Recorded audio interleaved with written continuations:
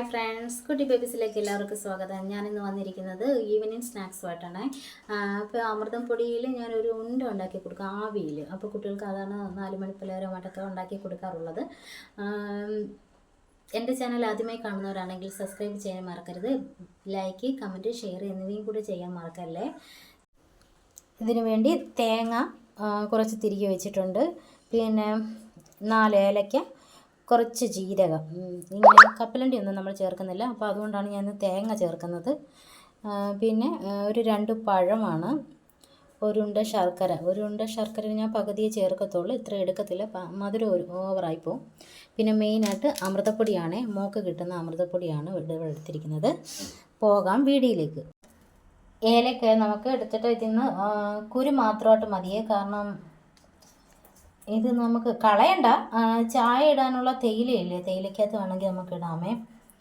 ഈ കുരു മാത്രമായിട്ട് ഇളക്കിയെടുക്കണം, ചെറിയ കുരുവാട്ടെ ഇങ്ങനെ മാത്രമായിട്ട് ഇളക്കിയെടുത്തിട്ട്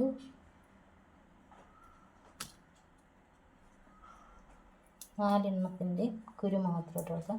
4 എണ്ണം വേണമെങ്കിൽ മാത്രം മതി, നിങ്ങൾക്ക് അത് നിങ്ങളുടെ ഇഷ്ടത്തിന് എടുത്താൽ മതി. ഞാനിവിടെ ചെറുതായത് കൊണ്ടാണ് 4 എണ്ണം എടുത്തത്. ഇതൊന്ന് പൊടിച്ചെടുക്കണം കേട്ടോ.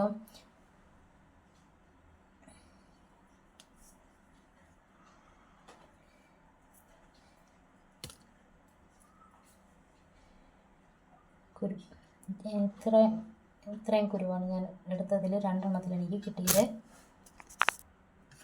അപ്പോൾ നമ്മൾ ഏലക്ക പൊടിച്ച് വെച്ചിട്ടുണ്ട്. ഇനി ഈ ശർക്കര നമുക്കൊന്ന് തേങ്ങയിലോട്ട് ചീവി ഇട്ട് വെക്കാമേ.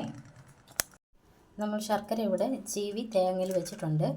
ഒരുപാട് മധുരം വേണ്ടെന്ന് പറഞ്ഞാൽ അമൃതപ്പൊടി ആയതുകൊണ്ട് അതിലും മധുരം ഉണ്ട് ഓൾറെഡി, അതുകൊണ്ടാണ് കുറച്ച് മധുരം മതിയെന്ന് പറഞ്ഞത്.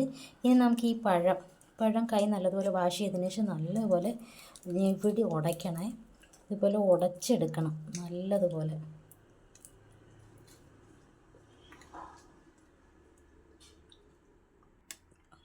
അമൃതപ്പൊടിയാണെങ്കിലും ഞാനൊന്ന് ജസ്റ്റ് അരിച്ചിട്ടാണ് എടുക്കുന്നത്. അരിക്കാനായിട്ട് ഞാൻ ഒരു പാത്രം തന്നെ വെച്ചിട്ടുണ്ട്, അതിൻ്റെ മുകളിൽ അരിപ്പയും വെച്ചിട്ട് അരിച്ചാണ് ഉപയോഗിക്കുന്നത്.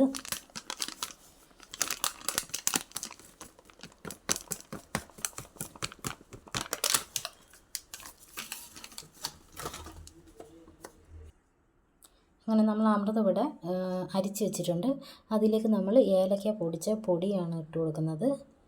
പിന്നെ ഇതിലേക്ക് നമുക്ക് പഴം തട്ടിയിടണം, അതുപോലെ ശർക്കര, തേങ്ങ, ജീരകം, ഇത് 3ഉം കൂടെ ഇതിൽ തട്ടിയിട്ട് കൊടുക്കണം.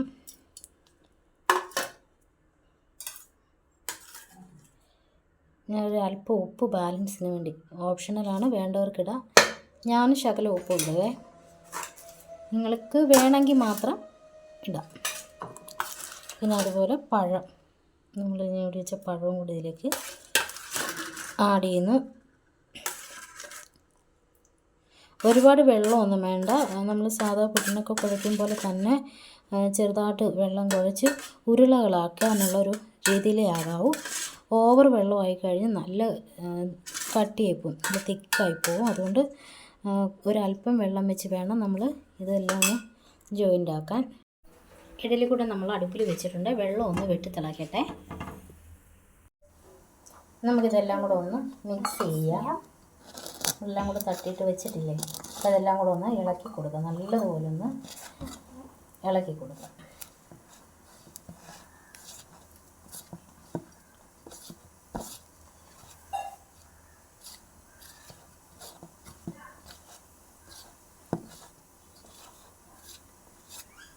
മോള് നല്ല ഉറക്കത്തില്ല കേട്ടോ, ഉണർന്ന് വരുമ്പോഴത്തേക്കൊക്കെ സ്നാക്സ് റെഡിയാക്കി വെച്ചിരിക്കണം.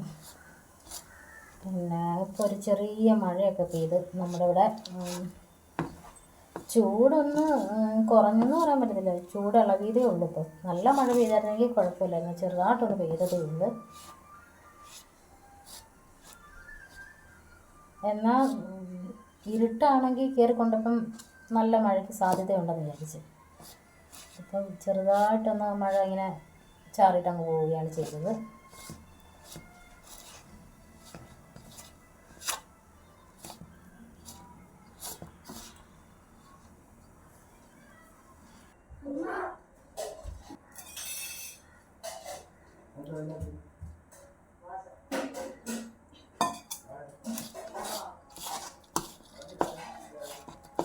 നമ്മുടെ മാവ് ഇവിടെ റെഡി ആയിട്ടുണ്ട്. പുട്ടിനൊക്കെ ഇളക്കും പോലെ തന്നെയാണ്. ഒരുപാട് അങ്ങ് വെള്ളം കൂടാനും പാടില്ല. അപ്പോൾ ഇതിൽ നിന്ന് തന്നെ നല്ല അരി ഇടുമ്പോൾ കണ്ടോ, ഇതിങ്ങനെ ഉണ്ട കൂട്ടുമ്പോൾ ഉരുണ്ട് വരുന്ന രീതിയിലായിരിക്കണം. അതുപോലെ ബോൾ പോലെ ഇരിക്കണം. ബോളാട്ടോ ഇങ്ങനെ വേണമെങ്കിലും എടുക്കാം. നമുക്കിപ്പം നീളത്തിൽ ഇങ്ങനെ ഓരോ ഷേപ്പിലുണ്ടാക്കാമേ. ഇങ്ങനെ ഇതുപോലെ നീളത്തിലും ആക്കാം, ഇതുപോലെ ഉണ്ടകളായിട്ടും ബോളും ആക്കാം. ഇത് രണ്ടിൽ ഏതാ നിങ്ങൾക്ക് ഇഷ്ടമെന്ന് വെച്ചാൽ ആ രീതിയിൽ ചെയ്യാം. വെള്ളം ഇവിടെ നല്ലതുപോലെ വെട്ടിത്തിളച്ചു. ഇനി നമുക്ക് ഇതിലേക്ക് ഇഡലിത്തട്ട് എടുത്ത് വെക്കാം. വെച്ചിട്ട് ഇതിലേക്ക് നമ്മൾ ഓരോ ഉണ്ടകളായിട്ട് ഇങ്ങനെ പറക്കി വെക്കണം.